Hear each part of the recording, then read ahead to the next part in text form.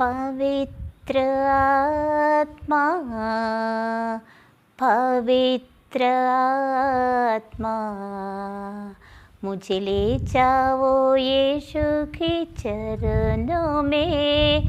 पवित्र आत्मा पवित्र आत्मा पवित्र आत्मा मुझे ले जाओ यीशु के चरणों में। पवित्र आत्मा। Okay, good morning. இப்போ நான் இந்த வீடியோவில் எதை பற்றினாக்கா அதே தான் மேத்யூஸ் அப்போஸ்தலனான மேத்யூஸ் எழுதிய நற்செய்தி அதில் 5ஆம் அதிகாரம் அதோடைய தொடர்ச்சி. நாங்கள் சர்மன் மவுண்டன் இல்லைங்களா, அதோடைய தொடர்ச்சியில் ஜீசஸ் சொல்கிறாரு அப்படின்னா, இந்த ஃபேரிசீஸ் அப்புறம் மறைநூல் அறிஞர்கள் ஆயக்காரர்கள் இவங்க எல்லாமே மதகுருமார் எல்லாமே ஜீசஸை வந்து பொறாமை கண்களோடு பார்த்தார்கள். அவரை ஏற்றுக்கொள்ளவே இல்லை. என்ன காரணம் என்னன்னா, அவங்களுடைய திருச்சட்டத்தை பற்றிய அவர்களுடைய எண்ணங்களும் அவர்களுடைய வழிமுறைகளும் அவர்களுடைய வழிபாடுகளும் ஒரு ஹிப்போக்ரிட்டிக்கலாக இருந்துச்சு, வெளி வேடம் உள்ளதாக இருந்தது. அதுவும் இல்லாமல் அந்த பட்டுக்குதலையும் பிரித்து அவங்க ஏகப்பட்ட பல மடங்கு எண்ணிக்கையில் உயர்த்தி அதை மக்கள் மேலே சுமத்தினார்கள். தங்கள் கைகளினால அதை தொடக்கூடையில் அந்த அளவுக்கு வெளிவேடம் நிறைந்த வாழ்க்கையாக இருந்தது. அதனால தான் ஜீசஸ் சொல்கிறாரு, நீ அவங்களுடைய நெறிமுறைகளை விட உங்களுடைய நெறிமுறைகள் அதிகமாக இல்லைனாக்கா நீங்களும் விண்ணரசில் நுழைய முடியாதுன்னு மக்களை பார்த்து அவர் ஜீசஸ் சொல்கிறாரு. இப்போ ஜீசஸ் அந்த இடத்துல என்ன சொல்கிறாருன்னா, அவங்க பொறாமை கண்டு பார்க்கும்போது அவங்க வந்து இவர் திருச்சட்டத்தை மதிக்கலை. காரணம் என்னாக்கா ஓய்வு நாளை குணமாக்குறாரு. அவங்க வெளிவட மனிதாபிமானம் இல்லாத ஒரு வாழ்க்கை முறை அவங்களுக்கு.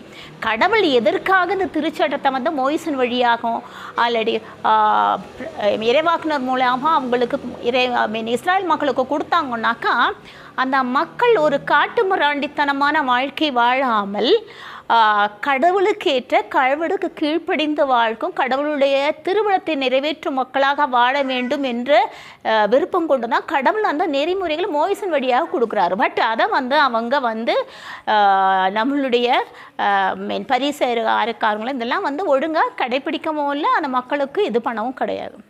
அப்போ அவள் பொறாம கண்களை போட பார்க்குறாங்க ஜீசஸை. ஏன்னா ஜீசஸுடைய பார்வை கண்ணோட்டம் அவர் எப்படி அதை ஃபாலோ பண்ணாருன்றது எல்லாம் entirely different from what the Pharisees and the scribe had.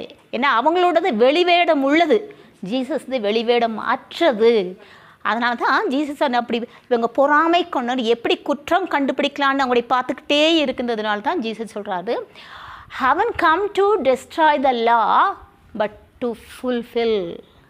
Haven't come to destroy the law and prophets but to fulfill. அப்படிங்க அதன் திருச்சட்டத்தை அழிக்க வந்தேன் என்று எண்ண வேண்டாம், ஆனால் அதை நிறைவேற்றவே வந்தேன் என்று ஆண்டவராக இயேசு சொல்கிறாரு. இப்போ எப்படி வெளிவிட மாட்டேங்குதுன்னு பார்க்குறோம் பாருங்கள்.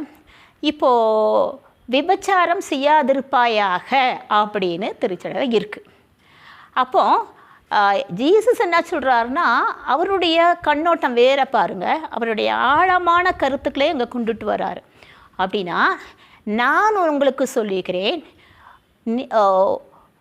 ஒரு பெண்ணை இச்சையுடன் நோக்கும்போது அந்த நபர் அந்த பெண்ணோடு ஏற்கனவே பாவம் செய்தாயிற்றுன்னு சொல்கிறாரு. அது கரெக்டு தான் இல்லைங்களா?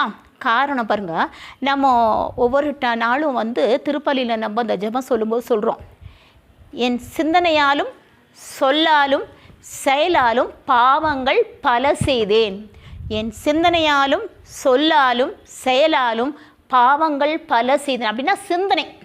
அப்போ அந்த பெண்ணை வந்து அவன் வந்து ஒரு இச்சையோட அழுக்கு நிறைந்த பார்வையோடு பார்க்கும்போது, இச்சை நிறைந்த பார்வையோடு நோக்கும் பொழுது அவன் இதயத்தில் அவளோடு ஏற்கனவே விபச்சாரம் செய்தாயிற்றுன்னு ஆண்டவர் வந்து வெளிப்படையாக ஆணித்தரமாக சொல்கிறார். இதில் தான் பார்த்தீங்களா வெளிவேடமற்ற ஒரு கண்ணோட்டம், பார்வை, அதை வந்து எப்படி ஜீசஸ் ஃபாலோ பண்ணுறாருங்க இல்லைங்களா. அப்புறம் இன்னொன்று சொல்கிறாரு பாருங்க, மற்றவங்களை வெறுக்கும்போது அது ஒரு கொலைக்கு சம்மந்தம்னு ஆண்டவராகிய இயேசு சொல்கிறாரு. எப்படின்னா இப்போ மற்றவங்களை நம்ம வெறுக்கும்போது ஒருத்தர் இன்னொருத்தரை வெறுக்கும்பொழுது அந்த உச்சக்கட்டத்தில் அந்த மனுஷன் வந்து he will go to any extreme level. அவர் எந்த ஒரு கெடுதலும் செய்ய துணிந்து விடுவான். காரணம் என்னன்னாக்கா அந்த உள்ள ஆன்மா எல்லாமே அந்த வெறுப்புணர்வால் நிறைஞ்சிருக்குது இல்லைங்களா. இதைத்தான் கடவுள் சான்றாரு, நீங்கள் திருச்சட்டத்தின் முடி நீங்கள் வாடணும், கரெக்டுங்களா. ஆனால் அதனுடைய ஆழத்தை நீங்கள் புரிந்து கொண்டு உங்களுடைய வாழ்க்கையில் அந்த நெறிமுறைகளை கடைபிடிக்க வேண்டும். சும்மா வெளிப்படையாக அதை படித்துட்டு அதை நம்மளுடைய வாழ்க்கை வசதிக்கு ஏற்ப அதை நம்ம மாற்றி அமைக்கக்கூடாதுங்கிற ஜீசஸை அவங்கள சாடுறாரு. இப்போது ஜீசஸ் சொன்னார் இல்லைங்களா, நான் வந்து திருச்சட்டத்தை அழிப்பதற்கு அல்ல, ஆனால் அதை நிறைவேற்றவே, அதை நிறைவேற்றுவதற்கே நான் வந்தேன் அப்படி சொல்கிறார்களா. அதை பற்றி வந்து இப்போ நம்ம ஒன்றா பார்க்கலாம். இப்போது ஜீசஸ் வந்து பிறக்கிறதுக்கு பல நூற்றாண்டுகளுக்கு முன்னமே மீகா இறைவாக்கினர் இயேசுவினுடைய பிறப்பு எங்கே இருக்கும்னு வந்து முன்னறிவித்தார். அப்படின்னா மீகா எழுதிய புத்தகத்தில் சொல்லப்படுகிறது. அப்படின்னா ஜீசஸ் பெத்லகேம் என்ற ஊரிலிருந்தே பிறப்பார் என்று அவர் பிறக்கும் இடத்தை அவர் முன்னறிவித்தார். அடுத்தது பார்த்தீங்கன்னா பாருங்கள், ஜீசஸ் வந்து பெத்லகேமில் தான் பிறந்தார் ஆக்சுவலாக. அப்போது கனிமரியா வந்து தாவீதின் ஊராகி அந்த பெத்லகேமுக்கு போய் கணக்கெடுப்பு நடத்துவதற்காக அதை வந்து சரி செய்வதற்காக போகிறாங்க. பட் அந்த சமயத்தில் தான் ஜீசஸ் பிறக்கிறாரு, இடமும் இல்லை, அது வந்து மாட்டு தொழுவத்தில் பிறக்கிறாரு. பார்த்தீங்களா, அது பெத்லகேமில் பிறப்பார் என்ற இறைவாக்கு அங்கு நிறைவேறியது. ஓகேங்களா. இப்போ அடுத்தது வந்து ஜெக்கரியா புத்தகத்துக்கு போகலாம்.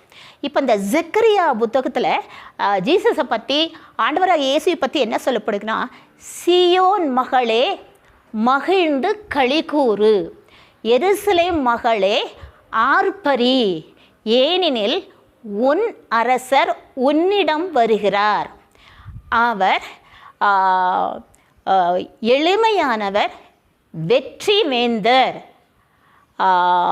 அவர் கழுதையின் மேல் ஏறி, கழுதை குட்டியாம் மரியின் மேல் ஏறி உன்னிடம் வருகிறார் அப்படின்னு ஜீசஸோட வருகையை பற்றி அவர் சொல்கிறார். அதாவது ஒரு கழுதை குட்டியின் மேல் தான் அவர் ஏறி வர்றார். ஏன்னா எளிமையானவர்.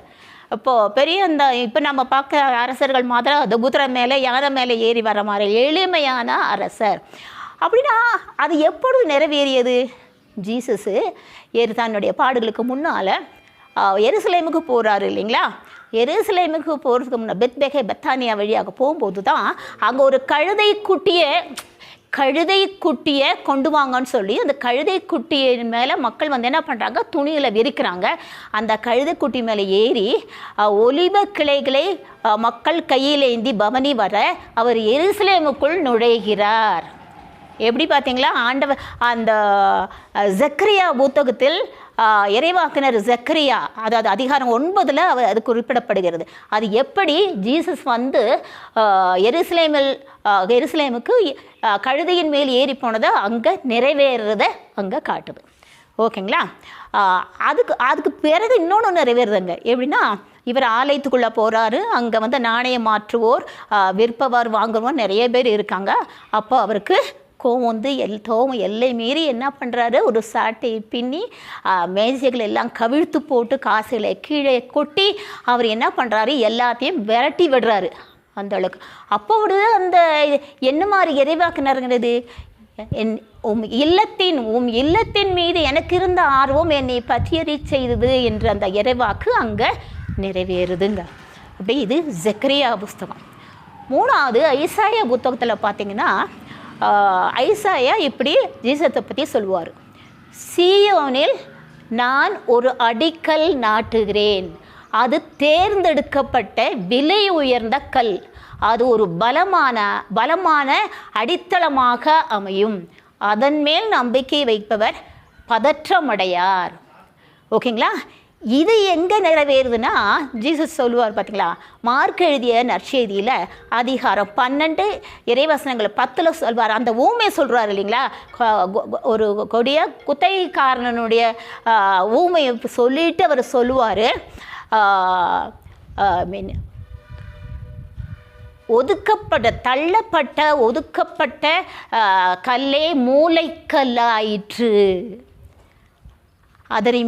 அதன் மேல் இடறுபவர் விழுந்து விடுவார்கள் அப்படின்னு சொல்கிறாரு. அப்பயும் அந்த பரிசேயர் இருக்கலாம் தங்களை பற்றி தான் அவர் சொல்கிறாரு அப்படின்னு அவங்க புரிஞ்சுக்கிறாங்க. இது பார்த்திங்களா, ஜீசஸை குறித்த மோயிசன் திருச்சட்டத்திலும் இறைவாக்குனர் புத்தகத்திலும் திருப்பாடல்களில் எழுதியுள்ள அத்தனையும் ஒவ்வொன்றாக நிறைவேறுகிறத நம்ம பார்க்குறோம். அடுத்தது பார்த்திங்கன்னா திருப்பாடல்கள் 69வது அதிகாரம். அதில் என்ன சொல்லப்படுது, ஜீசஸை பற்றி என்ன சொல்லப்படுதுனாக்கா, என்னை வெறுப்பவர்களின் எண்ணிக்கை என் தலைமுடியை விட அதிகமாயுள்ளது அப்படின்னு சொல்கிறாரு. அதையே ஜீசஸ் எங்கே நிறைவேறுனா, ஜீசஸ் சொல்கிறாரு யோவான் எழுதிய நற்செய்தியில் எப்படின்னா, ஐ திங்க் 25வது அதிகாரம் நினைக்கிறேன், அதில் சொல்கிறாரு, என்னை வெறுப்பவர்கள் என்னை காரணமின்றி என்னை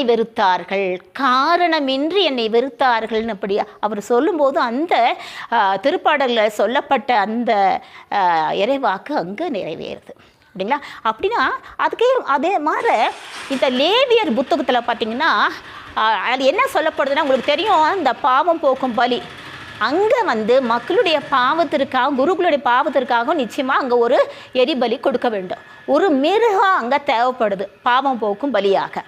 அப்போது லேவியர் புத்தகத்தில் இருக்கிறது மாதிரி. அப்போ அது எங்கே முழுமையாக இறுதியாக நிறைவேறுனா, கல்வாரி மலையில் ஜீசஸ் எப்பொழுது தன்னை பலியாக ஒப்பு கொடுத்த சிலுவையில் இறந்தாரோ அப்பொழுது நிறைவேறியது. அப்படின்னா அவரே திருச்சட்டத்தின் இறுதியாக திருச்சட்டத்தை நிறைவு செய்கிறார். அவர் தான் திருச்சட்டத்தின் நிறைவே. அப்போ தான் அதனால தான் அவர் சிலுவையில் இறப்பதற்கு முன்னால் அவர் சொல்கிறார், என்ன சொல்கிறாரு, எல்லாம் நிறைவேறியதுன்ற வார்த்தையும் அங்கே சொல்கிறாரு. அப்பொழுது பார்த்திங்கன்னா அந்த சாக்ரிஃபிஷியல் சிஸ்டம் அது அங்கே நிறைவேறியது. அப்படின்னா ஒரு பலி ஜீசஸ் தான் இறுதியான, ஆனால் பெர்மனண்ட்டு ஒரு பர்ஃபெக்டான ஒரு சாக்ரிஃபைஸ். தன்னை சிலுவை மரணத்துக்கு கையெழுத்து சிலுவையில் அவர் எப்பொழுது இறந்தாரோ அப்பொழுது அவர் அந்த திருச்சட்டத்தை அவர் அங்கே நிறைவு செய்கிறார். அப்போ ஜீசஸ் தான் திருச்சட்டத்தின் நிறைவாக இருக்கிறது. ஸோ இதெல்லாம் எப்பொழுது ஒவ்வொன்றாக ஜீசஸ் பிறப்பிலிருந்து கடைசி மூச்சு வரைக்கும், சிலுவை மரணம் தன் உயிர் விட்ட வரைக்கும் அவரை குறித்த மோயிசனின் திருச்சட்ட நூலிலும் இறைவாக்குனர் நூலிலும் திருப்பாடல்கள் நூலிலும் அவரை பற்றி எழுதிய அனைத்தும் ஒன்றும் எல்லாமே நிறைவேறியது அப்படின்னு சொல்கிறான். அதனால் ஜீசஸ் ஒரு இடத்துல அந்த இடத்துல மத்தேயு எழுதின சொல்கிறாரு பார்த்தீங்களா, அதாவது விண்ணும் மண்ணும் ஒழிந்து போவதற்கு முன் இந்த திருச்சட்டத்தில் ஒரு எழுத்தும் ஒன்றும் அழிந்து போகாது. அதனால தான் அவர் சொல்கிறாரு. ஓகேங்களா. அப்போது இரண்டாம் வருகை குறித்தும் இருக்குது. அப்போ அதெல்லாம் நிறைவேறணும். இப்போ ஜீசஸ் தன்னை பற்றியே தான் சொல்கிறாரு. எப்படின்னா லூகாஸ் எழுதிய நற்செய்தி அதிகாரம் 24 இறைவசனம் 44 அவர் சொல்கிறாரு. அப்படின்னா அவர் இறந்து உயிர்த்த பிறகு பல சமயங்கள் அவர் தோன்றார் இல்லைங்களா. அதே மாதிரி சீடர்களை எம்மாவுஸ் நகரத்துக்கு போகும்போது, எம்மாவுஸ் நகரத்துக்கு போகும்போது ஆண்டவர் அங்கே அவரை கண்டுகொள்ளலை. நடுவில் நான் கூட நடந்துட்டு போகிற கண்டுக்கல. ஆனால் அவர் எப்போ போய் அந்த இடத்துல தங்கி அவர்களோடு தங்கி அந்த அப்பத்தை எடுத்து பிட்டு அவருக்கு கொடுக்குறாரோ அப்போ அவங்கள் கண்கள் திறக்கப்பட்டு அவரை கண்டுகொள்கிறார்கள். அப்போவே என்ன பண்ணுறாங்க, திரும்பி எருசலேமுக்கு வராங்க. அப்போ அந்த இருந்த அவர்கள் எல்லாம் கூடி சீடர்கள் அப்போஸ்தலர் கூடி இருந்த அறையில் கதவெல்லாம் மூடி இருக்கும். ஜீசஸ் அவங்களிடையே தோன்றி உங்களுக்கு சமாதானம் அப்படின்னு சொல்லுவார். சொல்லிட்டு அப்புறம் சொல்லுவார், என்னை பற்றிய எல்லா திருச்சட்ட நூலில் எழுதிய அனைத்தும், இறைவாக்குனர் நூலில் எழுதிய திருப்பாடல் நூலில் அனைத்தும் நிறைவேற வேண்டும் என்பது அதனால தான் நான் உங்கள் கூட இருக்கும்போதே சொன்னேன்னு சொல்கிறாரு. இவ்வாறாக ஜீசஸ் வந்து அவர் சொல்கிறது எவ்வளோ கரெக்ட் பார்த்தீங்களா? நான் வந்து